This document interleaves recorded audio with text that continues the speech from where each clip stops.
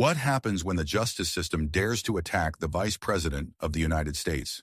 The story of corruption that was tried to be covered up and the man who decided to put an end to it. The federal courthouse in Seattle seemed especially inhospitable today. Cold March rain pounded the windows, but the real chill was coming from inside the building, where Judge Alexandra Powell nervously scanned the paperwork in the Robert Hill case. Her gaze lingered on the list of defense witnesses, and her thin lips curled into a sneer at the name of Vice President James Vance. "Miss Collins," she called sharply to her assistant, making the younger woman flinch, "inform security that I want to see the Vice President's entry protocol and tell the defense that I will not tolerate political shows in my chambers." "Yes, Your Honor," the assistant replied, casting a worried glance at the judge's trembling hands. Outside the courtroom, tension was building. Robert Hill's lawyer, Daniel Morrison, nervously adjusted his tie and glanced at his watch. "Is he late?" asked Hill, a successful businessman and philanthropist who is facing tax evasion charges for his Faith and Family Foundation. "No," Morrison replied.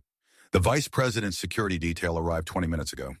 Judge Powell is keeping him waiting." Meanwhile, around the corner of the hallway, in a small waiting room, Vice President James Vance remained unperturbed as he reviewed the documents containing the testimony he was about to give. Tall, with a military bearing and a keen eye, he exuded a calm confidence despite the obvious disrespect of the situation. "Sir, this is unprecedented," said his assistant Michael Green. "They have no right to keep you in the corridor like a regular witness." "It's all right, Mike," Vance replied calmly. "I'm just a witness today, a simple citizen who came to tell the truth." "But sir, this Judge Powell, she has a reputation for being biased, especially against conservative figures. The last 3 cases involving Republican defendants have resulted in maximum fines." Vance chuckled softly. "That's why I'm here in person and not sending a written statement." Quick footsteps were heard in the hallway, and a Secret Service agent entered the room. "Mr. Vice President, we are invited into the hall." "Finally." "Thank you, John." Vance stood, squared his shoulders, and straightened his perfectly tailored jacket. "Remember, gentlemen, we're not here today for politics. We're here for justice." Finally, the doors opened, and the court secretary announced the start of the session. The courtroom was packed with journalists, lawyers, and ordinary citizens drawn by the high-profile case and the presence of the Vice President. Judge Powell strode into the courtroom, her black robe fluttering like a mourning banner. Her normally impassive face today betrayed poorly concealed irritation. "Rise, the court is in session," the bailiff announced, and everyone present rose to their feet. Powell cast a cool glance around the room, lingering on the front row where the Vice President sat. He met her gaze calmly, with a slight nod of respect for the institution she represented. "We continue with the case of United States versus Robert Hill," the judge said, tapping her fingers on the table. "I see that the defense has decided to turn my courtroom into a political arena. I remind everyone here that the law, not political affiliations, governs this courtroom." Attorney Morrison stood up. "Your Honor, we call our next defense witness, Vice President of the United States James Vance." A murmur ran through the courtroom, and the cameras turned to Vance, who stood calmly and walked toward the witness stand, his gait confident, his face expressing the seriousness of the moment. "Vice President Vance," Powell said, with barely concealed sarcasm. "What an honor for this humble court. I hope you understand that your title gives you no privileges in this courtroom." "Of course, Your Honor," Vance replied with impeccable politeness. "I am here only as a witness and a citizen who respects the law and the institution of the court." "Very well," the judge folded her hands on the table. "Then let's not waste the court's time on pleasantries. Mr. Morrison, proceed." Morrison approached the witness. "Vice President Vance, how long have you known Mr. Hill?" "More than 15 years, Vance replied. "We met before my political career, while working together on a veteran support program." "And are you familiar with the activities of his charitable foundation, Faith and Family?" "Yes, I know it very well. The foundation provides significant support to military families, helps with the education of children from disadvantaged areas, and sponsors rehabilitation programs for veterans." "Objection!" Prosecutor Rachel Soto snapped. "The witness is making value judgments, not facts." "I second that," Powell responded immediately, not even giving Morrison a chance to object. "Vice President Vance, stick to the facts, not the ads for the defendant." Vance bowed his head slightly. "My apologies, Your Honor. I am prepared to speak solely on the facts." Morrison continued. "Vice President Vance, have you personally observed the financial accounting and reporting process at Mr. Hill's fund?" "Yes, many times. As a member of the Foundation's Board of Trustees from 2018 to 2021, I regularly attended financial meetings and can attest that all transactions were transparent and carefully documented." "The witness is making value judgments again," Soto exclaimed. Your Honor, Morrison tried to object. My client is accused of concealing financial information. The Vice President's testimony directly relates to— That's enough, the judge interrupted. I sustain the objection. Mr. Vance, your subjective opinion about the transparency of the operations is not relevant. Stick to the specific observable facts. A slight shadow of irritation crossed Vance's face, but it immediately disappeared. With respect, Your Honor, I am speaking of the facts. As a member of the Board of Trustees, I personally reviewed and signed the quarterly financial reports that were then sent to the Internal Revenue Service. Judge Powell leaned back in her chair. Vice President Vance, let me be clear. Your status certainly impresses those present, but this court is interested in evidence, not reputation. Do you have specific information on the case, or are you here to use your political influence? The courtroom fell silent. Reporters leaned forward, waiting for Vance to react to the apparent disrespect. Your Honor, Vance's voice remained calm. I have specific factual information concerning the financial activities of the Faith and Family Foundation, including documentation of charitable donations and expenses that the prosecution alleges were not properly reported. The audience in the hall noticeably became more animated. One of the elderly men in the front row loudly whispered, "She picked the wrong guy." Silence in the hall. Powell banged her gavel. One more violation, and I'll clear the hall. Morrison quickly intervened. Vice President Vance, would you please provide the court with documents relating to the Foundation's donations for the last fiscal quarter of 2023? Yes. I was personally present at the board meeting on December 12, 2023, where the full financial report for the quarter was presented. All donations were carefully documented, including a large grant of $2 to $3 million for the Veterans Family Support Program. These documents were submitted to the Internal Revenue Service within the required time. Can you confirm that these documents comply with tax law? Morrison continued. Objection. Soto jumped up. The witness is not an expert in tax law. The objection is sustained, Judge Powell said without even looking at Morrison. Let me rephrase the question, the lawyer persisted. Vice President Vance, who was responsible for preparing the financial documentation for the fund? The financial documentation was prepared by a team of professional accountants under the supervision of Chief Financial Officer Mark Jenkins, who has 30 years of experience in the nonprofit sector. In addition, all reports were audited by the independent auditing company Deloitte. And this company found any violations? Morrison asked. No violations were found. The Deloitte report was unanimously approved by the board of directors and published on the fund's official website. Judge Powell tapped her gavel impatiently. Mr. Morrison, I fail to see how the vice president's testimony helps clarify the issue of your client's unreported offshore accounts. Your Honor, Morrison held up a folder of documents. That's exactly what I'm getting at. The defense has documents proving that the Faith and Family Foundation has no offshore accounts. Then go ahead, but be warned. This court will not be impressed by political status or grandiose statements. Morrison turned to Vance. Vice President Vance, do you know anything about the fund's alleged offshore accounts? I know that such accounts do not exist, Vance replied firmly. As a former board member, I had access to all financial records of the foundation. All bank accounts of the organization are exclusively in American banks and are fully declared. Judge Powell interrupted sharply. You can't know for sure, Mr. Vance. If offshore accounts exist, they are, by definition, hidden from official records. Vance turned to the judge, something flashing in his eyes that made her feel wary. With respect, Your Honor, I base my assertion on the facts. The fund is regularly audited, the most recent of which was conducted by Deloitte just 2 weeks ago. Their report revealed no irregularities or hidden assets. Have you personally reviewed every transaction of the fund, Vice President? Powell asked skeptically. No, Your Honor. That would be physically impossible. But I am personally familiar with the system of controls and transparency that the fund has in place. Every significant movement of funds requires the signature of at least 2 board members and is recorded in an accounting system accessible to independent auditors. I remind those present that we are not here to hear characterizations of the accused by his friends in high places. The court wants facts, not opinions, no matter how authoritative they may seem. I understand, Your Honor, Vance smiled faintly, which is why I have brought with me a full set of documents to support my words. With your permission, I would like to submit them to the court. The vice president pulled a folder of documents from his briefcase and handed it to the bailiff. Judge Powell seemed hesitant, but refusing to accept documents from the vice president in front of a room full of reporters would have been too obvious a violation of procedure. The court is accepting the documents, she said through clenched teeth, taking the folder. They will be examined in the prescribed manner. Vance continued to look at the judge. Your Honor, among these documents, there is one to which I would like to draw the court's particular attention. This is a report on the meeting of the Board of Directors of the Faith and Family Foundation with representatives of the City Administration and the Liberty Charitable Foundation, which took place on February 28 of this year at the Olympic Hotel. Suddenly, Judge Powell sat up straight, her face turning pale. The Liberty Foundation? What does that have to do with this case? Very directly, Your Honor, Vance replied calmly.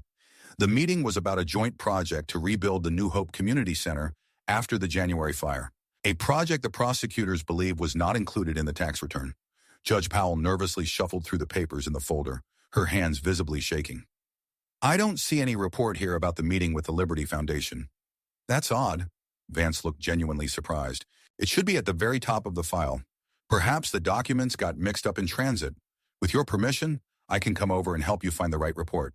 No, Powell replied too sharply, then pulling herself together, continued in a calmer tone. There is no need. The court will deal with the documents later. Mr. Morrison, do you have any further questions for the witness? Something like satisfaction flickered in Vance's eyes, as if the judge's reaction confirmed his suspicions. One more question, Your Honor, Morrison said. Vice President Vance, are you aware of any misconduct or financial concealment by Mr. Hill or the Faith and Family Foundation? No, nothing of the sort, Vance replied firmly. In all my time with Robert Hill and the Foundation, I have seen nothing but impeccable integrity, transparency, and a commitment to high ethical standards. The allegations of tax evasion are completely without merit, and I would argue raise serious questions about the motives of the prosecution. Objection! Soto's attorney jumped up. The witness is going beyond the point and calling into question the government's actions. Objection sustained, Judge Powell said, barely concealing her irritation. The Vice President's last remark is struck from the record. My apologies, Your Honor. Vance bowed his head with impeccable politeness, but there was a challenge in his eyes. I simply wanted to express my complete confidence in Mr. Hill's integrity based on many years of personal experience. Judge Powell looked increasingly nervous. She quickly flipped through the files in her file, stopping every now and then to peer at a detail with growing concern. Does the prosecution have any questions for the witness? She finally said, turning to the prosecutor. Prosecutor Soto stood up, casting an uncertain glance at the judge. Vice President Vance, you stated that you personally attended the Foundation's financial meetings, but didn't your government duties prevent you from regularly attending these meetings? Excellent question, Ms. Soto, Vance smiled. It is true that my duties do not allow me to attend all meetings. However, I receive minutes and financial reports on a regular basis. In fact, I make special time to attend key meetings, such as quarterly reviews and meetings with major partners, like the one with the Liberty Fund on February 28. At the next mention of the Liberty Fund, Judge Powell winced and abruptly interrupted the questioning. Enough. The court finds that the witness has already given complete testimony. Ms. Soto, do you have any questions that are directly relevant to the case? Soto looked puzzled by this intervention. Yes, Your Honor. Vice President Vance, given your busy schedule, is it possible that some financial irregularities occurred without your knowledge? Theoretically, anything is possible, Vance replied calmly. But in practice, it's highly unlikely, given the multi-layered controls at the fund. In addition, I have access to all financial statements at all times, and I review them regularly, paying particular attention to large transactions. Judge Powell intervened again. The court adjourns for 15 minutes. Mr. Morrison, Ms. Soto, I expect you in my chambers immediately. She quickly stood up and left the room, clutching the folder with the documents tightly. Her face was pale, and her hands were visibly shaking. Vance calmly stepped down from the witness stand and walked over to Robert Hill. How are you holding up, Rob? Better since you've been here, Hill replied. But what's going on? Why does she get so nervous when the Liberty Fund is mentioned? That's a good question, Vance said quietly, looking toward the door through which the judge had disappeared. And I think we're close to having an answer. Chapter 2. First Evidence. The 15-minute recess stretched to nearly half an hour. Tension mounted in the courtroom, and reporters whispered among themselves, trading theories about Judge Powell's odd behavior. The audience, sensing that something more than a routine tax hearing was unfolding, refused to leave the courtroom even during the recess. Vice President Vance spoke calmly with Robert Hill and his lawyer, occasionally glancing toward the closed door of the judge's chambers. There was a hint of satisfaction in his eyes, as if the chess game was going exactly as he had planned. Are you sure she's connected to Liberty? Morrison asked quietly as he returned from the judge's chambers. More than, Vance replied. The reaction to the very mention of the fund speaks louder than any evidence. She literally went white. What was going on in her office? Hill asked. It was a strange meeting. Morrison shook his head. Judge Powell seemed frightened. She kept checking her watch, nervously shuffling papers. Soto seemed confused too. Powell was trying to convince us that the case needed to be postponed because of some procedural irregularity. And what did you say? Vance asked. That we are categorically against any delays and demand that the hearing continue today. Mentioned that any unjustified delay would be perceived by the public as an attempt to obstruct justice, especially given the presence of the vice president. Vance nodded approvingly. The right decision. She's cornered, and she knows it. The courtroom doors swung open and the bailiff announced the resumption of the trial. Judge Powell entered, her face tense and her movements too abrupt for the normally cool judge. She avoided looking in Vance's direction. We continue with the case of United States versus Robert Hill, she announced, sitting down. Mr. Vance, please return to the witness stand. Vance stood calmly and took the witness stand. He noticed that the judge's hands were still shaking. The prosecution may continue its cross-examination, Powell said, not looking at Vance. Prosecutor Soto stood up, looking uncertain. Vice President Vance, you mentioned a meeting on February 28. Can you explain how that meeting relates to the allegations made? Of course, Vance straightened up. At that meeting, the Faith and Family Foundation signed an agreement to co-finance the restoration of the New Hope Community Center. It was those funds that, according to the indictment, were not properly reported on tax returns. And you were personally present at this meeting? Soto asked. Yes, I was present. The meeting took place in the conference hall of the Olympic Hotel. In addition to the leadership of the Faith and Family Foundation, there were representatives of the city administration and a delegation from the Liberty Foundation, headed by its president, James Foster. At the mention of Foster's name, Judge Powell winced and frantically turned the page in her notebook. Excuse me, Your Honor, Vance turned to the judge. You seem to know Mr. Foster? I object, Soto jumped up. A witness is asking questions of the court. The objection is sustained, Powell replied quickly. Mr. Vance, please refrain from asking questions and limit yourself to answers. My apologies, Your Honor. Vance bowed his head slightly, but there was a sparkle in his eyes. I simply noticed your reaction and thought that perhaps you were present at that meeting too. A murmur ran through the courtroom. Judge Powell banged her gavel. I'm warning you, Mr. Vance. One more inappropriate remark, and I'll find you guilty of contempt of court. My sincerest apologies. Vance looked contrite, but his eyes said otherwise. I must have been mistaken. The meeting was crowded, and it was easy to get confused. Judge Powell pursed her lips. Go ahead, Miss Soto. Vice President Vance, the prosecutor tried to regain control of the situation. You are saying that the Faith and Family Foundation has fully declared the funds allocated for the restoration of the New Hope Center. Do you have documents to prove this? Of course, Vance opened his briefcase. I have copies of all my financial documents here, including the IRS returns. But let me be clear about one thing. The most important document is in the folder I gave to the court. All eyes turned to the file in front of Judge Powell.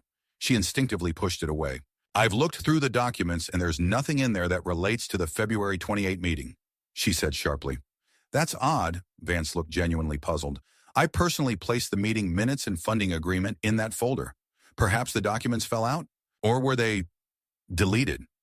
Powell turned pale. Are you accusing the court of tampering with the evidence, Mr. Vance? Not at all, Your Honor. Vance raised his hands in a conciliatory gesture. I'm simply stating a fact. The documents were in the file when I turned it over to the court. Fortunately, I have a second copy. He took another folder out of his briefcase and handed it to the bailiff. With the court's permission, I would like to submit a duplicate of the documents, including the minutes of the meeting on February 28 and a list of all those present. Judge Powell looked as if she was ready to refuse to accept the documents. But under the watchful eyes of reporters and the public, she decided against it. The court is accepting the documents, she finally said, when the bailiff placed the folder in front of her. Opening the folder, the judge began to look through the top document. With each passing second, her face grew paler. Suddenly, she slammed the folder shut. These documents are not relevant to the case under consideration. With respect, Your Honor, Morrison interjected, the defense disagrees. The documents directly refute the prosecution's accusations that the Faith and Family Foundation failed to declare funds allocated for the restoration of the New Hope Center. I've already made my decision, Powell snapped. These documents will not be admitted into the case. Your Honor, Vance's voice was calm but insistent. With due respect, the failure to admit documents directly refuting the charges may be seen as a violation of the defendant's right to a fair trial, particularly given the unusual circumstances. What circumstances, Mr. Vance? The judge's eyes narrowed.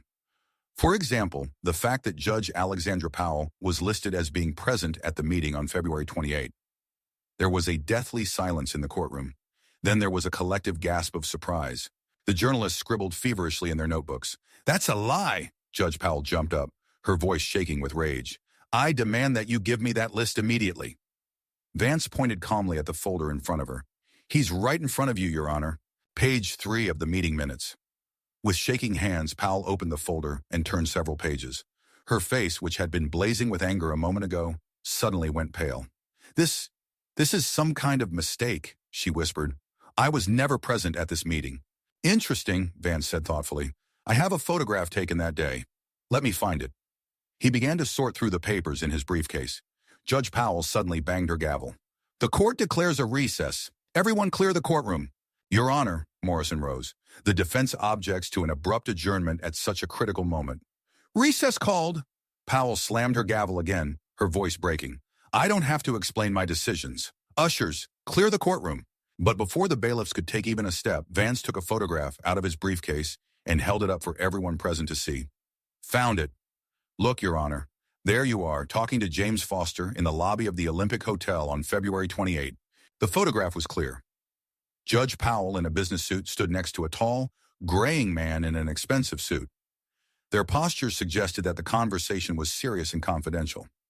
"It's a fake," the judge cried, but her voice betrayed her. "The photograph was taken by hotel security," Vance explained calmly. "The security footage is also available if the court requires further confirmation." Powell sank heavily into her chair. It was a chance meeting. I was at the hotel on personal business and met Mr. Foster in the lobby." "Really?" Vance looked genuinely interested.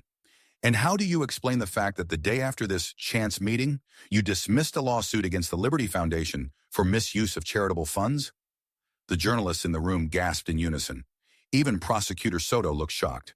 "This is completely irrelevant to the case at hand," Powell exclaimed, her voice shaking. "I demand that this insinuation cease immediately." "With respect, Your Honor," Vance's voice was gentle but firm, "this is directly relevant. The Faith and Family Foundation is accused of tax evasion related to the New Hope Center Restoration Project, a project in which the Liberty Foundation was involved, a foundation whose representative you met with the day before you ruled in their favor. And now you preside over a trial against Liberty's partner, refuse to admit documents that disprove the charges, and try to interrupt the trial when incriminating evidence comes to light. These are monstrous charges." Powell slammed her fist on the table. "You're accusing a federal judge of corruption? I will immediately find you guilty of contempt of court. Marshals, arrest Mr. Vance." The bailiffs looked at each other uncertainly, clearly not ready to arrest the Vice President of the United States. "I'm not accusing you of anything, Your Honor." Vance remained impassive. "I'm simply pointing out facts that create the appearance of a conflict of interest. But while we're on the subject of the Liberty Fund, let me mention one more curious fact. 5 days ago, a payment of $500 was received into an account registered in the Cayman Islands in the name of Blue Horizon LLC from a company affiliated with the Liberty Fund." Judge Powell turned so pale that she seemed about to faint. What are you saying?" "Blue Horizon LLC," Vance said, each word clearly and deliberately, "is beneficially owned by Alexandra J. Powell. Your signature is on the incorporation documents, Your Honor." The silence in the courtroom was deafening. Even the journalists were too stunned to take notes. "That's a lie," Powell whispered, but her voice sounded unconvincing even to herself. "I have copies of bank statements," Vance opened a new folder, "and documents showing that similar payments were made to this account after each court decision in favor of companies associated with the Liberty Fund. There have been 15 such payments in the last 2 years, totaling $7.5 million. I demand that this hearing be adjourned immediately." Judge Powell stood up, her voice breaking. "These charges are absurd and have no bearing on the Robert Hill case. I adjourn until tomorrow morning." "I object, Your Honor." Morrison's attorney stood up immediately. "The defense seeks immediate dismissal of the case against my client on the grounds of a clear conflict of interest and possible corruption on the part of the presiding judge. I join the defense in demanding that," Soto, the prosecutor, suddenly said, standing up. "In light of the new circumstances, the prosecutor's office believes it is necessary to withdraw the charges and initiate an investigation into possible violations of judicial ethics." Judge Powell looked at Soto with naked betrayal. "What are you doing? You work for the government." "I am a law enforcement officer, Your Honor," Soto replied firmly. "And in light of the evidence presented, I cannot in good conscience continue to prosecute." "What evidence?" Judge Powell nearly screamed, waving her arms. These are all allegations from a man who came here to defend his friend. There is no evidence. There is no Blue Horizon Company. There are no payments. Vance opened another folder with an unperturbed expression. I'm afraid you're mistaken, Your Honor. I have here certified copies of bank statements confirming all transactions, as well as an FBI report dated yesterday, opening an investigation into these suspicious payments. The FBI? Powell now looked completely lost. What investigation? I don't know anything about any investigation. That's odd, Vance looked genuinely surprised. The notice was sent to your office yesterday morning. Agent Samuels personally confirmed that the documents had been delivered. Here's a copy of the acknowledgement of receipt, signed by your assistant, Ms. Collins. He held up the document so that everyone could see the signature. This is a fake, Powell screamed. I never received any documents from the FBI. This is a conspiracy against me. This is a political attack. Your Honor, Vance's voice remained calm. I understand your anxiety, but the facts speak for themselves. I suggest that you voluntarily recuse yourself from this case and cooperate with the investigation. That would be the most honorable thing to do in this situation. You have no right to tell me what to do. Powell was on the verge of hysteria. I'm a federal judge. I have power. I have immunity. Judicial immunity does not extend to corrupt conduct, Your Honor, Vance said softly.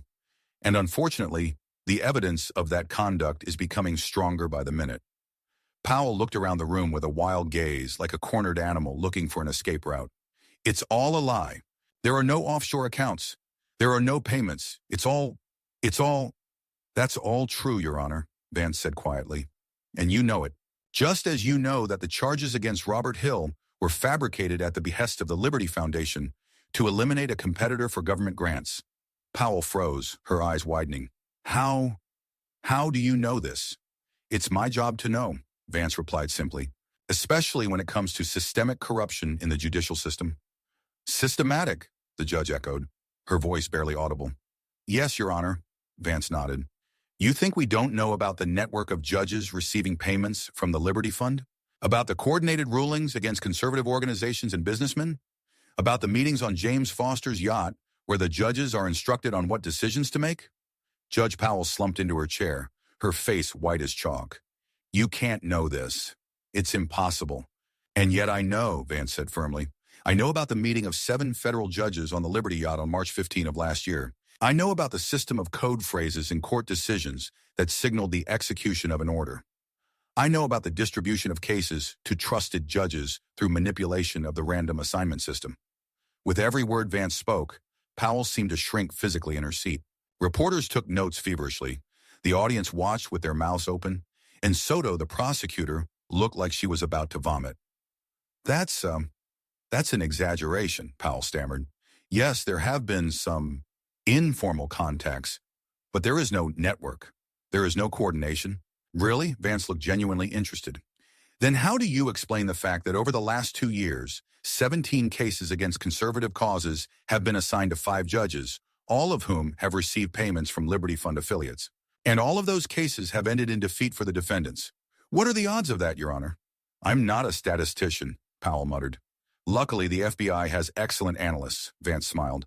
They calculate the odds of a coincidence to be about 1 in 10 million. Pretty convincing for a jury, huh? The jury? Powell went even paler. You mean a trial? Against the judges? I'm talking about justice, Your Honor, Vance's voice hardened. About restoring fairness and trust in the judicial system. About holding accountable those who turn the temple of justice into a marketplace where decisions are bought and sold. You can't, Powell began, but Vance cut her off. I can and I must, Your Honor. As Vice President, I took an oath to defend the Constitution against all enemies, foreign and domestic. Corruption in the judicial system is an attack on the very foundations of our democracy. Powell looked at him with mystical horror. You planned it all. This whole hearing, testimony. It was a trap. I prefer the term restorative justice operation, Vance corrected her gently. And yes, the Robert Hill case was the perfect opportunity to shine a light on a corruption scheme we'd been tracking for months. We, the judge echoed. Vance nodded toward the courtroom doors, which swung open at that moment. Several men in formal suits entered the room. One of them held up his ID. Agent Michael Samuels, FBI. Judge Alexandra Powell, you are under arrest on charges of bribery, abuse of office, and obstruction of justice. Powell looked at the agents with wide eyes, as if she couldn't believe what was happening. You can't arrest a federal judge in his courtroom. I have rights. I have influence. I have friends. Unfortunately for you, Your Honor, Vance replied calmly, most of these friends are already cooperating with the federal investigation in exchange for reduced sentences of their own, including James Foster. Foster? The judge looked as if she'd been struck. He betrayed us. He chose to cooperate with the law, Vance corrected, because he realized that the web of lies and corruption always crumbles under the weight of the truth. FBI agents approached the judge's seat. One of them held handcuffs. Judge Powell, please come with us. You have the right to remain silent. No! Powell suddenly screamed, jumping up from her seat. You don't understand. I'm just a small part of the system. If I spoke up, you have no idea what would happen. There are people much more powerful than me. People who control not only the courts, but... She stopped short, suddenly realizing she had said too much. Go on, Your Honor, Vance encouraged her gently. People who control what exactly? Powell looked at him with a mixture of fear and despair. You don't know what you're getting into, Mr. Vice President. They'll destroy you. They'll destroy anyone who gets in their way. Who are they, Judge Powell? Vance asked, his voice firm. Name them. If I name names, I won't live another day, Powell whispered, her haunted gaze sweeping the room. Then her gaze fell on Vance, and something in his calm confidence made her make a choice. Okay, I'll talk, but only with guarantees of safety for me and my family. The Liberty Fund is a facade. Behind it are people who use the judicial system as a weapon against their political opponents. And they control more than just me. Vance nodded, holding Judge Powell's gaze. We will ensure your safety with your full cooperation. I guarantee that personally. The FBI agents moved closer, and as handcuffs snapped onto the judge's wrists, a collective gasp went through the courtroom. No one in the room could believe that they had just witnessed a federal judge being arrested in his courtroom on charges that could expose one of the most massive corruption schemes in the history of the American judicial system. And all of this was beginning to look like just the tip of a much darker, deeper iceberg. After Judge Powell's arrest, chaos reigned in the federal courtroom in Seattle. Reporters rushed to their phones, photographers clicked, and a shocked audience shared their impressions. Robert Hill sat at the defense table, still in disbelief at what had just happened. Is this the end of the matter? He asked Morrison. Will I be acquitted? Better, the lawyer smiled. The prosecutor's office itself withdrew the charges. The record will state that the case was based on fabricated evidence. Vice President Vance walked up to them, a look of grim satisfaction on his face. Rob, I'm glad you're cleared of all charges, but this is just the beginning. The beginning of what? Hill looked at his old friend. Vance looked back and lowered his voice. Rob, your case is just the tip of the iceberg. The corruption network goes much deeper than we originally thought. I need you and Daniel to follow me. There is information I can't share in the open. Accompanied by Secret Service agents, they walked through a side door and down a narrow corridor into a small conference room where FBI agent Samuels and several other suited men were waiting. Mr. Vice President, Samuels nodded. Thank you for your precise work. Judge Powell is already in transport and is en route to the Federal Detention Center. The first interrogations will begin in an hour. Is she still willing to cooperate? Vance asked. More than that, Samuels chuckled. After you mentioned Foster, she's practically begging for a plea deal. She's afraid she'll be eliminated before she can testify. Her fear is not unfounded. Vance turned to Hill and Morrison. Gentlemen, what I am about to say must not leave this room until the operation is complete. He nodded to one of the agents, who activated the electronic eavesdropping device. 8 months ago, we began investigating a series of suspicious court decisions across the country. All of them involved businessmen and organizations known for their conservative views. Every decision was against them, often for trumped-up reasons. At first, it looked like routine judicial bias, but then our analysts noticed a pattern. Vance unrolled a large chart on the table, marking the names of judges, the dates of decisions, and the amounts of financial transactions. We found that within 3 days of each such decision, large sums of money from companies affiliated with the Liberty Fund were deposited into the judge's offshore accounts. The amounts ranged from $300,000 to $2 million, depending on the importance of the case. My God, Hill whispered. How many judges are involved? We've identified 23 federal judges in 12 states so far, Vance replied, but those are just the ones we can link to specific financial transactions. We suspect the network is much wider. But how is that possible? Morrison looked shocked. How could they coordinate their actions so well? Vance pointed to a photo of a luxury yacht. The Sea Liberty is the personal yacht of James Foster, president of the Liberty Foundation. Every 3 months, it hosts private seminars on legal ethics. We have gained access to the guest list for the latest such seminar. He laid out on the table several photographs taken with a telephoto lens. Several people in expensive suits were captured on board the yacht. Among them, several easily recognizable faces of federal judges. Good God, Morrison whispered. That's Judge Ellison from the Ninth Circuit, and Marcus from the California Supreme Court. And 10 other high-ranking judges, Vance nodded grimly. And here's the interesting part. Within a week of that meeting, all 12 had ruled against defendants associated with conservative values, and all 12 had large sums of money deposited into their accounts from shell companies. But why? Hill shook his head. Why would they specifically target conservatives? It's more than an ideology, Vance responded. It's a business. The corporations behind the Liberty Fund win multi-billion-dollar government contracts, and conservative organizations and businessmen often oppose those contracts, citing inflated prices or poor quality. Like my foundation, Hill said quietly, we've developed an alternative veterans program that costs 30% less than Liberty and reaches 40% more beneficiaries. Exactly, Vance nodded. You were a threat to their multi-billion-dollar business. So they decided to destroy you with a trumped-up tax case. But how do we prove all this? Morrison asked. It's one thing to catch Justice Powell in a conflict of interest, but it's quite another to prove the existence of a nationwide corruption ring. We have a key witness, Vance replied. Former Liberty Fund CFO Thomas Reiner. 3 months ago, he contacted the FBI and provided thousands of pages of documents proving the corruption scheme. Why haven't I heard about him? Hill frowned. Because technically, Reiner is dead, Vance said grimly.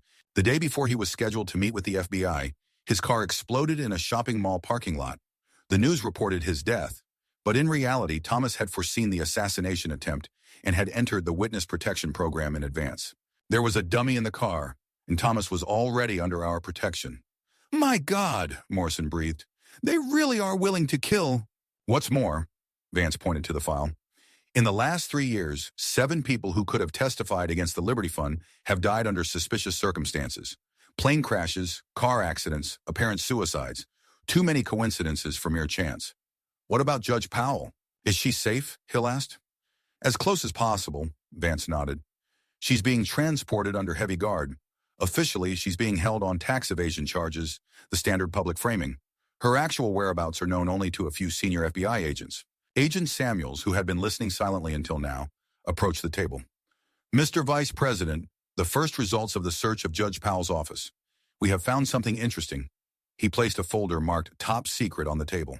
Vance quickly scanned the contents, his expression growing darker with each page. It's worse than we thought, he finally said. Much worse. What is it? Hill leaned forward. A list of judges, prosecutors, and government officials involved in the scheme, with payment dates, offshore account numbers, and case-specific directions. Judge Powell appears to have served as a sort of West Coast coordinator. How many names are on the list? Morrison asked quietly. 87, Vance's voice was hard, including 2 state Supreme Court justices and 1 federal appellate judge. A heavy silence fell over the room. The scale of corruption was beyond even the darkest expectations. What now? Hill finally asked. We now move to the next phase of the operation, Vance turned to Agent Samuels. What's the latest from the team working with Judge Powell? She talks, sir, the agent replied. She talks a lot and she talks a lot. And what she says confirms our worst fears. It appears that this is not just corruption of individual judges. It is a systematic attack on the judicial system itself. Explain, Vance frowned. According to Powell, the Liberty Fund not only bribes judges, but also actively influences the appointment of new ones. They use their connections in the Senate to advance the right nominees and block the wrong ones. Over the past 5 years, they have influenced the appointment of 32 federal judges. Damn it, Morrison whispered. They're not just using the system, they're repurposing it. And that's not all, Samuels continued. Powell says the Liberty Fund is just one cell in a much larger organization known as the Consortium. It includes several major corporations, private equity firms, and even representatives of foreign governments. Foreign governments? Vance visibly tensed. That's a matter of national security. Exactly, sir, Samuels nodded. Powell named at least 3 countries whose representatives participated in the closed meetings of the consortium. All of them are geopolitical competitors of the United States. They are using our own judicial system against us, Vance said quietly, but there was barely contained fury in his voice, turning an instrument of justice into a weapon of subversion. Sir, one of the agents in the room approached Vance. Direct line from the White House. The president wishes to speak with you. Vance nodded and picked up the secure phone. Yes, Mr. President. Yes, the operation was a success. Judge Powell is in custody and is cooperating. We have confirmed our worst fears, yes, including foreign influence. No, sir. It is premature to make public statements. We must first secure key witnesses. Yes, I understand the political implications, but this is a matter beyond politics. Of course, I will keep you informed. Until next time, sir. Having finished the conversation, Vance turned to those present. The president fully supports the operation, but is concerned about the political consequences. The arrest of federal judges is an unprecedented step. Inaction will be more costly, Samuel said. If what Powell says is true, we are dealing with a direct threat to constitutional order. Agreed, Vance nodded. Now we must act quickly before the consortium learns of our breakthrough. Once news of Powell's arrest spreads, they will begin covering their tracks. At that moment, another agent ran into the room, his face pale. Sir, breaking news. James Foster has been found dead in his office. Suicide suspected. Damn! Vance slammed his fist on the table. They've already started the sweep. Samuels, we need to secure all witnesses immediately and get arrest warrants for everyone on Judge Powell's list. Act now. Sir, Samuels nodded and quickly walked out of the room, giving instructions over the radio. Rob, Daniel, Vance turned to Hill and Morrison. I need your help. You're both familiar with Liberty's financial operations. We need to follow the money trail, identify all the associated companies and accounts. Of course, Hill nodded, but I'm not an expert in financial investigations. But I know the best experts, Vance replied. They're already on their way. Your job is to help them navigate the fund's complex structure. At that moment, another phone rang. Vance's personal phone. He glanced at the screen and frowned. Unknown number. Vance pressed the speakerphone button. I'm listening. Hello, Vice President Vance, came a mechanically distorted voice. I imagine you've had a busy day. Vance nodded to the agent, who immediately began tracing the call. Who is it? Vance asked, trying to buy time. Names don't matter, Mr. Vance. What matters is that you crossed a line today. You entered a game whose rules you don't know. I think I understand the rules perfectly, Vance replied coolly. Corruption, bribery, murder, the classic setup of a criminal organization. How naive, the distorted voice taunted. You see only the tip of the iceberg, Mr. Vance. A small, insignificant part. What you call corruption, we call good governance. What you call bribery, we call investment instability. And the murders, what do you call them? Vance's voice was hard. The cost of business, the voice replied indifferently. But I'm not calling for a philosophical discussion. I have a proposition. Stop investigating, and we'll guarantee your safety. Yours and your family's. Vance turned pale, but his voice remained firm. Are you threatening my family? I'm merely pointing out the possible consequences of your stubbornness. You've stirred up a hornet's nest, Mr. Vance, and you have no idea of the magnitude of the forces opposing you. I know you control the judges. I know about your influence on appointments. I know about the foreign connections. You don't know the half of it, the distorted voice said with absolute certainty. Judges are only a small part of it. We have people in the prosecutor's office, in Congress, in the regulators, in the major media companies. Why do you think no one has written about your great investigation yet? Why hasn't a major publication taken an interest in corruption in the judicial system? Vance exchanged a glance with the agent tracing the call, who shook his head. The caller's location could not be located. What do you want? Vance asked. The same things we always want. Stability, predictability, no interference. Stop the investigation, Mr. Vance. Destroy all the evidence you've collected. Convince your colleagues it was a mistake, and live a long, happy life. What if I refuse? Then we will be forced to take action, and we will not start with you. First there will be those who are dear to you, then the witnesses, then the investigators, and only in the end, you yourself. You underestimate federal law enforcement, Vance said confidently, even though he was inwardly shocked by the scale of the threat. And you overestimate their independence, the voice laughed. Ask yourself, Mr. Vance, who appoints the directors of these bodies? Who approves their budgets? Who sets their priorities? The system you think of as protection is actually part of our machinery. Vance took a deep breath. My answer is no. I will not stop the investigation. I will not destroy the evidence. I will pursue you and your organization with every means available. And if you touch anyone close to me, I will personally guarantee that not a stone of your consortium will be left standing. Too bad, the voice was filled with disappointment. You've chosen a difficult path, Mr. Vance. I hope you won't regret that choice too soon. The call ended. Vance turned to the agent. Were you able to track anything down? No, sir. The signal was being routed through multiple servers, but we recorded the conversation. Okay, Vance nodded. Send the recording for analysis. Maybe the experts can pick up some background noise that might help pinpoint the location. He turned to the other agent. Contact my family's security, increase security measures, and prepare for evacuation to a safe place. Yes, sir. The agent immediately left the room. My God, Hill whispered. Are they really that powerful? They're trying to look like they are, Vance replied. It's a classic scare tactic, to exaggerate their power and influence. But the caller is right about one thing. We're only seeing the tip of the iceberg, and we need to understand its true size, fast. There was a knock at the door and Samuels entered. Sir, new information from the team questioning Judge Powell. She has named the man who leads the consortium on the West Coast. And? Vance leaned forward. Senator Richard Gardner, Samuels replied, chairman of the Judicial Nominating Committee. Vance straightened up, his face hardening. Gardner! Now it all falls into place. He controls the judicial confirmation process, has access to confidential information about nominees, and has the political clout to push the right people through. Powell alleges that Gardner is handpicking judges to participate in the corruption scheme, Samuels added. He is looking for candidates with financial problems, hidden dependencies, or other vulnerabilities that can be exploited. And when pressure doesn't work, they resort to outright bribery, Vance mused. How many judges could refuse their offers? According to Powell, not much, Samuels replied grimly. Those who refuse usually face sudden scandals that ruin their careers, or unexpected health problems. And this is all being coordinated by a U.S. senator. Vance shook his head. This is an unprecedented betrayal of constitutional principles. Sir, Samuels looked worried, if Gardner is really at the center of this scheme, we'll need special permission to go after him. Senators have a certain immunity. Immunity doesn't apply to federal crimes, Vance replied firmly. No one is above the law, Samuels. No one. He turned to the agents. Prepare a search warrant for Senator Gardner's office and residence. Maximum secrecy. No one except those present should know the purpose of the operation until it begins. Sir, one of the agents looked uncertain. In order to obtain a warrant to search the senator's premises, we will need the signature of a federal judge. And which judge are you proposing to ask to do this? Vance asked with bitter irony. Considering that so much of the federal judiciary may be compromised? A heavy silence fell over the room. The problem seemed insoluble.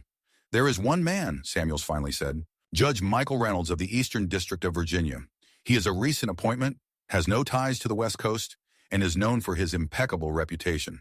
He is also a former prosecutor in the Anti-Corruption Division. Check him thoroughly, Vance nodded.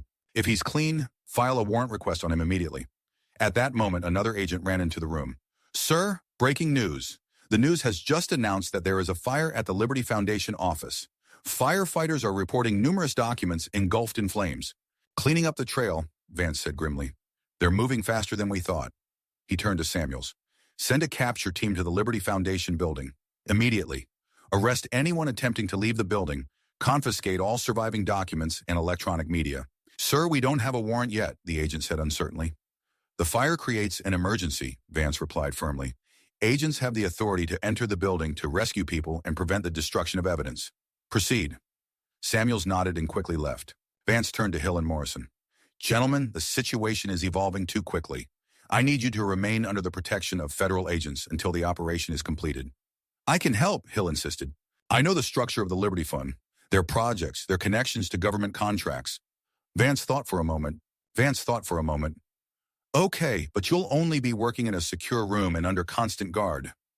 He walked to the window and pulled back the blinds, looking out over the city where the invisible to most citizens war between justice and corruption was currently unfolding. We've touched on one of the most powerful shadow structures in the country, Vance said without turning around. Structures that have turned our judicial system into a weapon against political opponents and an instrument for enriching the chosen few. They will defend themselves by any means necessary. Bribery, intimidation, blackmail, murder. But we cannot retreat, because if this infection continues to spread, there will be nothing left of democracy as we know it. Today we have seen only the tip of the iceberg, and even that is terrifying. But I swear that we will get to the bottom and uproot this corruption, no matter how high the price. The federal court in Seattle was surrounded by a tight ring of police and FBI agents. News of Judge Powell's arrest had spread like wildfire, and now a huge crowd of journalists and ordinary citizens had gathered outside the courthouse, hungry for details of the unprecedented scandal. inside in the same courtroom where the drama involving Vice President Vance and Judge Powell had unfolded only hours earlier, another judge, Harold Thompson, had been called in from a neighboring district. His face was one of shock as he reviewed the documents provided by the FBI. This is incredible, he muttered, turning the pages. The scale of corruption exceeds anything I have encountered in 30 years of judicial practice. Vice President Vance, seated at the table next to Agent Samuels, nodded. Unfortunately, Your Honor, this is only part of the material. The investigation is ongoing, and the scope of the case grows with each passing hour. Judge Thompson took off his glasses and rubbed his eyes tiredly. Do you realize that you are asking for unprecedented measures? Mass arrest warrants for federal judges, a senator, high-ranking officials? This has never happened in the history of American jurisprudence. Unprecedented times call for unprecedented measures, Your Honor, Vance replied firmly. If this network of corruption is not stopped now, the very concept of a fair trial in our country will be at risk. The judge took a deep breath, then decisively signed the stack of documents. Arrest and search warrants have been approved. God bless you, Mr. Vice President. You have started a case that will shake the foundations of our nation. Sometimes the foundation needs to be exposed to ensure its strength, Vance replied, taking the papers. Thank you, Your Honor. After leaving the courtroom, Vance handed the warrants to Agent Samuels. Begin the operation immediately. All arrests must be made simultaneously so that no one has time to warn the others. Yes, sir. The capture teams are ready and waiting for the signal. Samuels took the documents and quickly left, relaying orders over a secure link. Vance turned to Robert Hill, who was waiting for him in the hallway. Case closed, Rob. The prosecutor's office has officially dropped all charges against you and your foundation. That's good, Hill nodded, but his face remained serious. But I'm not thinking about myself. If what we've learned is true, the entire judicial system of the country is at risk. That's why we must act decisively and quickly. Vance glanced at his watch. In 30 minutes, a coordinated nationwide operation will begin. 17 federal judges, 23 prosecutors, 4 congressmen, and 1 senator will be arrested. Jesus, Hill breathed. Are you sure you have enough evidence? More than that, Vance nodded grimly. Judge Powell's testimony was just the tip of the iceberg. When we raided the Liberty Fund office, despite an attempt to destroy the documents, we found an encrypted server with a complete database of the entire corruption network. Names, dates, amounts, bank details, everything. But why did they keep such dangerous materials? This is direct evidence of their crimes. A classic mistake made by criminal organizations, Vance explained. They needed the records for internal control and accounting. They were so confident in their impunity that they didn't anticipate the possibility of a search. Plus, the server was heavily encrypted. It would have taken them only 5 minutes to completely wipe the data. But our team was quicker. Their conversation was interrupted by Vance's phone ringing. He answered and listened silently for a few seconds. Got it, I'm leaving. What happened? Hill asked, seeing his friend's changed face. Senator Gardner. He attempted to flee the country but was detained at a private airport. He now demands a personal meeting with me before he testifies. Why would he want to meet you? Hill frowned. I don't know. Vance looked thoughtful. But it's a chance to get information about the top brass of the consortium directly from one of the key members. This could be dangerous, Hill warned. He's in federal custody, Vance replied. Maximum security. All meetings are recorded. I'm going with you, Hill said decisively. No way, Vance shook his head. This is a closed federal facility. They won't let you in. James, Hill rarely called his friend by his first name. I'm not going to sit on the sidelines while you meet with the man who tried to destroy me and my foundation. You can arrange for me to get in. You are the vice president, after all. Vance looked at him for a long moment, then nodded. Okay, but you will be present only as an observer. No questions, no comments. An hour later, their car pulled up to a nondescript building in suburban Seattle. From the outside, it looked like an ordinary office complex, but numerous security cameras and armed guards gave away its true purpose. Samuels met them at the entrance. Sir, Senator Gardner is waiting in the interrogation room. He refuses to speak to anyone but you. How's his mood? Vance asked as they passed through several layers of security. Nervous, but not aggressive, Samuels replied. More like scared, like a man who knows too much and is afraid of the consequences. He should not fear consequences, but a fair trial, Vance said sternly. His actions have undermined the foundations of our judicial system. They approached the interrogation room, separated from the observation room by a one-way mirror. Through the glass, they saw Senator Gardner, once an imposing politician with impeccable gray hair and a well-groomed face, now disheveled and haggard.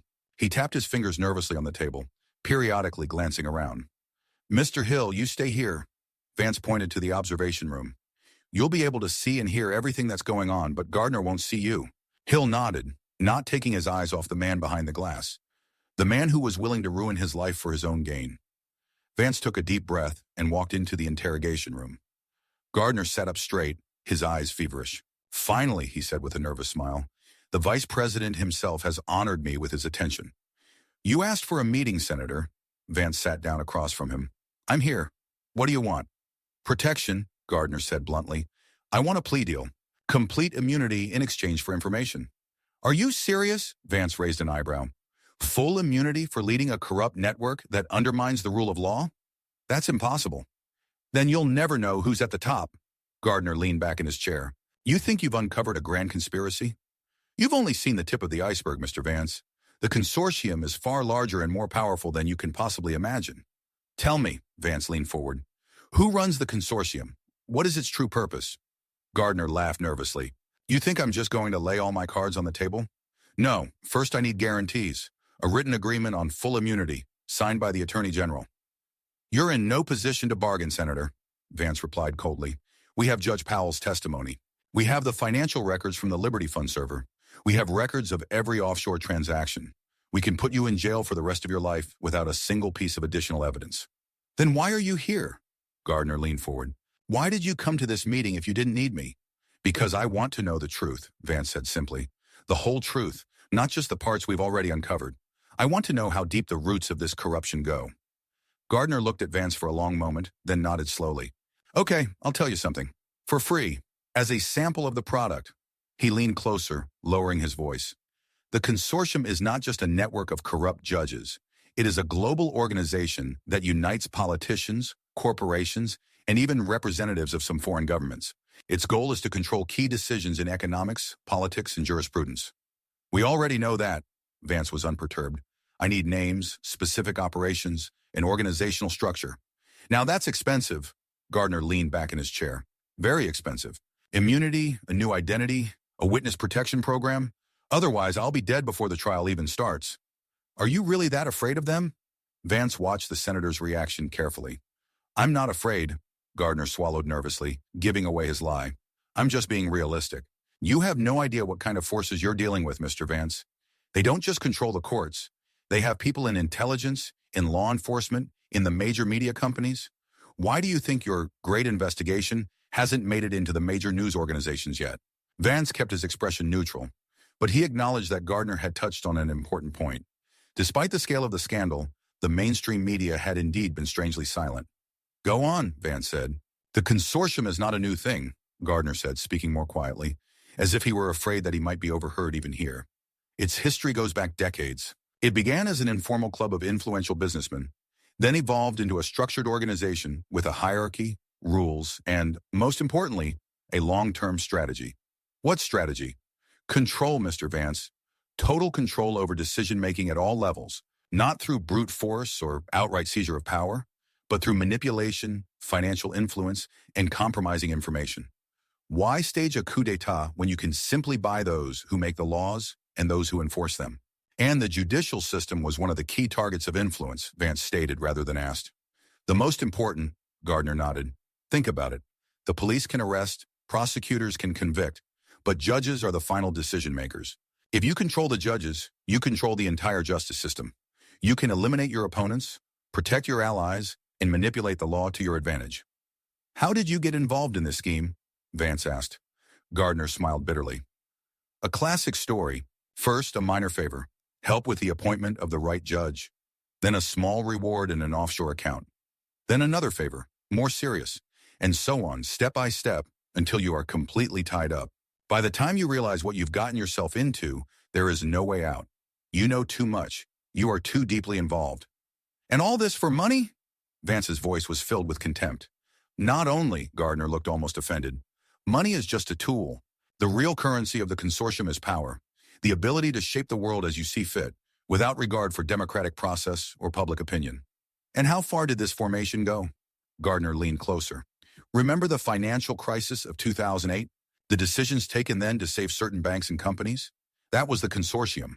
The series of antitrust cases against technology giants that unexpectedly ended in nothing? Also, consortium. The blocking of environmental initiatives at the court level? Consortium. Are you saying that every key decision in the last few decades has been controlled by this organization? Vance looked skeptical. Not all, but many, Gardner said, especially those that affected the financial interests of key players. Oil, pharmaceuticals, defense, technology, those were their main areas of influence. Vance was silent for a moment, considering what he had heard. Then he asked, "Who heads the consortium? Who makes the final decisions?" Now this, Gardner leaned back in his chair with a smug smile, is worth a lot. It's my insurance, Mr. Vance. The name of the man at the top of the pyramid is the only thing that keeps me alive. You'll get protection, Vance said slowly and forcefully. Not full immunity, but substantial leniency and witness protection. Not enough, Gardner shook his head. You don't understand who you're dealing with. This man has resources comparable to the might of a state. He can get me anywhere. Then why are you even talking about it? Vance looked at the senator carefully. If he's so powerful that even the witness protection program can't save you, why are you revealing his existence? Because I was already written off, Gardner said with a bitter smile. The moment I was arrested, I became expendable. Like Judge Powell, like Foster. But unlike them, I'm not going to go to the slaughter in silence. If I die, I want someone to know the truth. Then tell me a name, Vance insisted. Give me something specific so I can investigate further.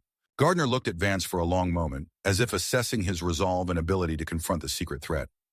Finally, he leaned forward and spoke quietly. Charles Montgomery. Vance kept a straight face, but inside he was shocked. Charles Montgomery is one of the richest men in the country, a philanthropist, and the founder of the largest investment fund, Global Investments.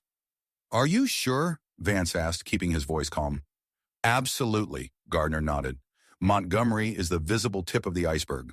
Publicly, he plays the role of a progressive billionaire who supports social and environmental causes. Behind the scenes, he is the architect of a system that allows him and other members of the inner circle to control key decisions in the country. What evidence can you provide? I had a file. Gardner licked his lips nervously. I kept it as insurance. It contained records, photographs, financial documents, everything that would link Montgomery to the consortium. Where is this folder now? In my house, in a safe behind a painting in the office. Biometric lock, opens only with my fingerprint. Vance glanced toward the mirror, knowing that Samuels had heard everything and had probably already sent a team of agents to the senator's house. Is there anything else I should know about Montgomery and the consortium? Vance asked. They know about your investigation. Gardner looked genuinely concerned. They know a lot more than you think. They have people on your team. Who exactly? Vance's eyes narrowed. I don't know the specific names in your circle. Gardner shook his head. But the consortium always makes sure to have a safety net in law enforcement. Be careful who you trust with information. At that moment, the door to the interrogation room swung open, and Samuels rushed into the room, his face tense. Mr. Vice President, urgent news. I need to speak with you. Immediately. Vance nodded to Gardner. We'll continue later. In the meantime, prepare for a full interrogation in the presence of a federal prosecutor. As Vance left the interrogation room, he saw Hill's worried face. What's happened? The team sent to Gardner's house reports that there have already been uninvited guests there. Samuels replied grimly. The safe has been broken into, the contents are missing, and that's not all. A report has just come in of an explosion at the Liberty Foundation office. Preliminary information indicates the server room has been completely destroyed. Damn! Vance slammed his fist against the wall. They're covering their tracks. Gardner was right. They do have people inside. But how? Hill looked shocked. How did they know about the investigation? How did they know about Gardner's testimony so quickly? A leak, Vance replied grimly. There's a consortium man somewhere in our circle. Samuels, from now on, all information about this investigation is restricted to a select group of people. Create a new team of trusted agents unconnected to the previous investigation. Yes, sir, Samuels nodded. What about the operation to arrest judges and prosecutors? We'll continue as planned, Vance replied decisively. They already know we're on to them. Delaying will only give them time to destroy more evidence. At that moment, a noise was heard in the corridor, and an agent walked quickly towards them with a radio in his hand. Sir, the first results of the operation. Judge Marcus from California and Judge Baker from Oregon have been arrested. 5 federal prosecutors from the Western District have also been detained. And the rest? Vance asked. The information is coming in, the agent replied. But there's a problem. 3 judges on the list have left the country in the last 12 hours. They're running, Samuel stated. So word of the investigation has indeed leaked out. Contact Interpol, Vance ordered. These judges are to be placed on an international wanted list and ensure maximum protection for Gardner. He is now our key witness against Montgomery. Montgomery, Samuels repeated, shaking his head. It's hard to believe. He's considered one of the country's most progressive philanthropists. The perfect cover, Vance said darkly. Who would suspect a man who donates millions to charity of running a corrupt network? His public persona is the perfect mask for his true goals. At that moment, Vance's phone rang. He looked at the screen and frowned. President. Stepping aside, Vance answered the call. Yes, Mr. President. Yes, the operation is in full swing. The first arrests have already been made. Yes, we have received new information about the top of the organization. No, sir, I cannot discuss this over an open line. Of course, I will fly to Washington immediately for a full report. After finishing the conversation, Vance turned to Samuels and Hill. The president demands my immediate return to Washington. He wants a full update on the progress of the investigation. This could be dangerous, Hill said quietly. If the consortium is as powerful as Gardner claims, I have no choice, Vance replied. I must report to the president in person. This is too serious a matter to discuss over the phone. Mr. Vice President, Samuels looked worried. Let me accompany you. My team can provide additional security. No, Vance shook his head. You're needed here to coordinate arrests and interrogations. Besides, we still don't know who the leaker is. Until we find out, I can't fully trust anyone involved in this investigation. He turned to Hill and put a hand on his shoulder. Rob, this is just the beginning. We've touched a system that has been eating away at our democracy from within for decades. There will be resistance. There will be attempts to discredit the investigation. There will be political attacks. But we can't back down. There's too much at stake. Judge Thompson, who had been watching from the end of the hallway, walked slowly toward them and said in a quiet but firm voice, Mr. Vice President, what you have begun today is the greatest test of our judicial system since the founding of the Republic. But it is also a chance to cleanse it, to restore the people's faith in the justice of the law. Vance nodded, his face set in grim determination. As he walked out of the building, he knew he had crossed the point of no return. Right now, all across the country, FBI agents were entering the offices and homes of judges, prosecutors, and civil servants, breaking the chains of corruption that had shackled the American legal system for too long. And even if powerful men like Montgomery fight back with all their might, today has forever changed the balance of power.